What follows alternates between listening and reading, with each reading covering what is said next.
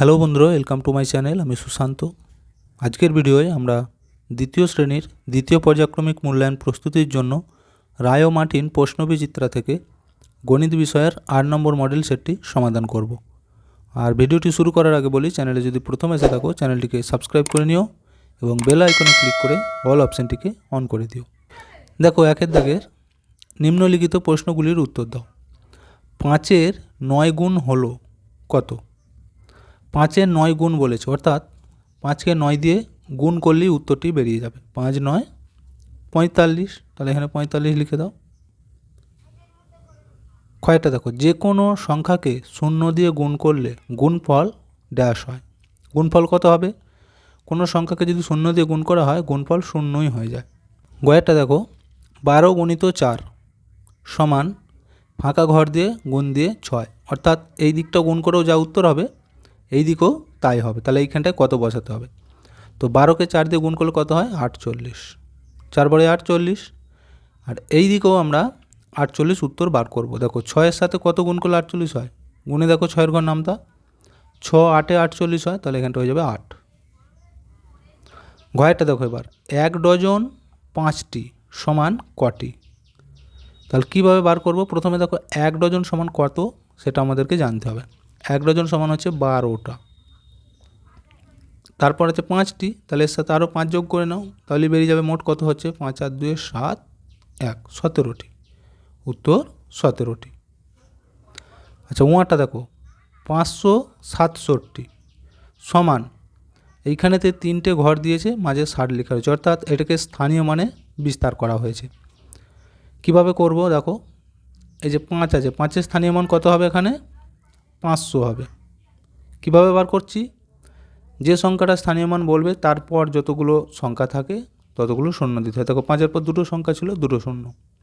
আচ্ছা, এরপর দেখো 6 স্থানীয় মান হবে 60, কারণ 6-এর পর একটাই সংখ্যা আছে। এরপর দেখো 7 আছে, 7-এর স্থানীয় মান এখানে 7ই হবে, কারণ 7-এর পর আর কোনো সংখ্যা নেই। 6টা দেখো, যে সংখ্যাকে গুণ করা হয় তাকে ড্যাশ বলে। কী হবে উত্তর? যে সংখ্যাকে গুণ করা হয় তাকে গুণ্য বলে, গুণ্য বলে। আচ্ছা, 2-এর দাগের কয়েকটা দেখো, ছোট থেকে বড় সাজাও, অর্থাৎ এই সবার ছোটোটা এইখানে হবে আর সব থেকে যেটা বড় সেটা শেষে চলে যাবে। কিভাবে হিসাব করব? আমরা 1 থেকে যদি পরপর গুনি, সবার প্রথমে যে সংখ্যাটি পেয়ে যাবে এখানের মধ্যে থেকে সেটা এখানে লিখতে হবে। ওইভাবে গুনে গুনে পরপর যাব। দেখো, এখান থেকে যদি আমরা গুনি দেখবে 36 প্রথম পাবো। 36-এর পর যদি গুনতে থাকি কোনটা পাবো? দেখো, 46। আচ্ছা, তারপর যদি গুনতে থাকি 75,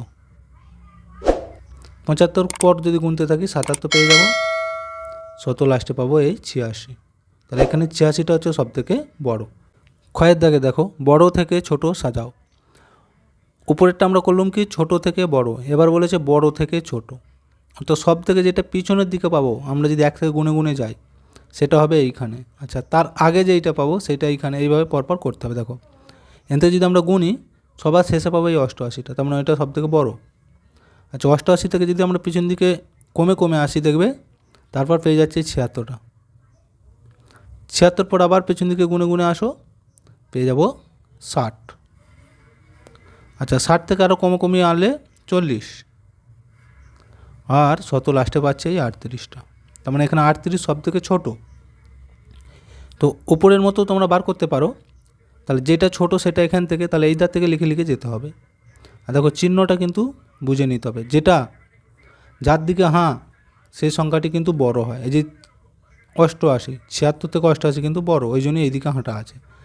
আর ছোটো কোনটা হয়? যার দিকে ছুঁচটা থাকে।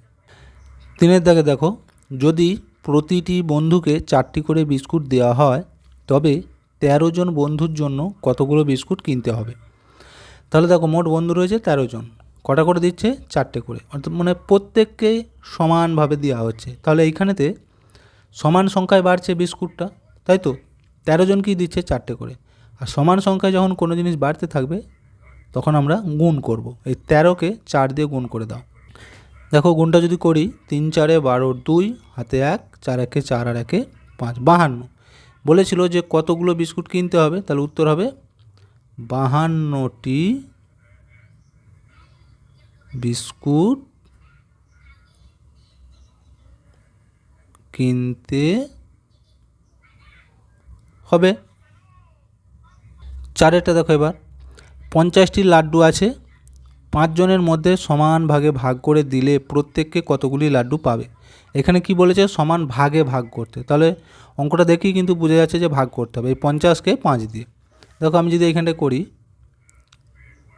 একক দশক লিখছি আমি 50, ভাগ করে দেবো 5 দিয়ে। দেখো প্রথমে 1 খাওয়াবো আমরা, 5 1 5, মিলে গেছে। শূন্যটা নামাবো, 5 0 0, উত্তর কত বেরিয়েছে, এই যে 10। তাহলে এখানে বলেছিল যে প্রত্যেককে কতগুলি লাড্ডু পাবে, দেখতে পেয়েছো, উত্তর হবে এই 10। প্রত্যেককে 10টি করে লাড্ডু পাবে। 5 দেখো এবার, মেলায় এক চিত্রশিল্পী বিক্রির জন্য 42টি ছবি এঁকে এনেছেন। তিনি মেলার প্রথম 2 দিনের প্রত্যেক দিন 7টি করে ছবি বিক্রি করলেন। তার কাছে আর কটা ছবি থাকলো?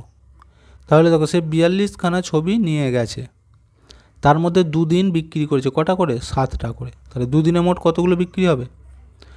7কে 2 দিয়ে গুণ করে দাও, তাহলেই বেরিয়ে যাবে যে কটা বিক্রি হয়েছে। তারপর আমরা 42 থেকে বিয়োগ দিয়ে দেবো। দেখো তাহলে সে 2 দিন বিক্রি করেছে 7টা করে, তাহলে 7 গুণিত 2, 7 দুগুণে 14, তাহলে 14টি ছবি বিক্রি হয়েছে, 14টি ছবি বিক্রি হয়েছে। তাহলে তার কাছে এখনও কতগুলো রয়েছে, কীভাবে বেরোবে? তাহলে তার কাছে আছে, দেখো কতগুলো ছিল, 42টি, তার থেকে 14 বিয়োগ দিয়ে দাও।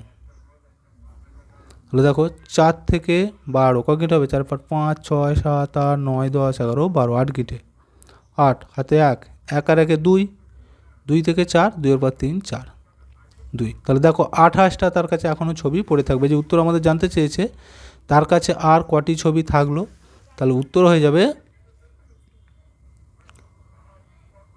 তার কাছে 28টি ছবি থাকলো। ভিডিওটা এখানেই শেষ করছি। ভিডিওটি যদি ভালো লাগে অবশ্যই একটা লাইক দিয়ে দিও এবং শেয়ার করে বন্ধুদেরকেও দেখার সুযোগ করে দিও।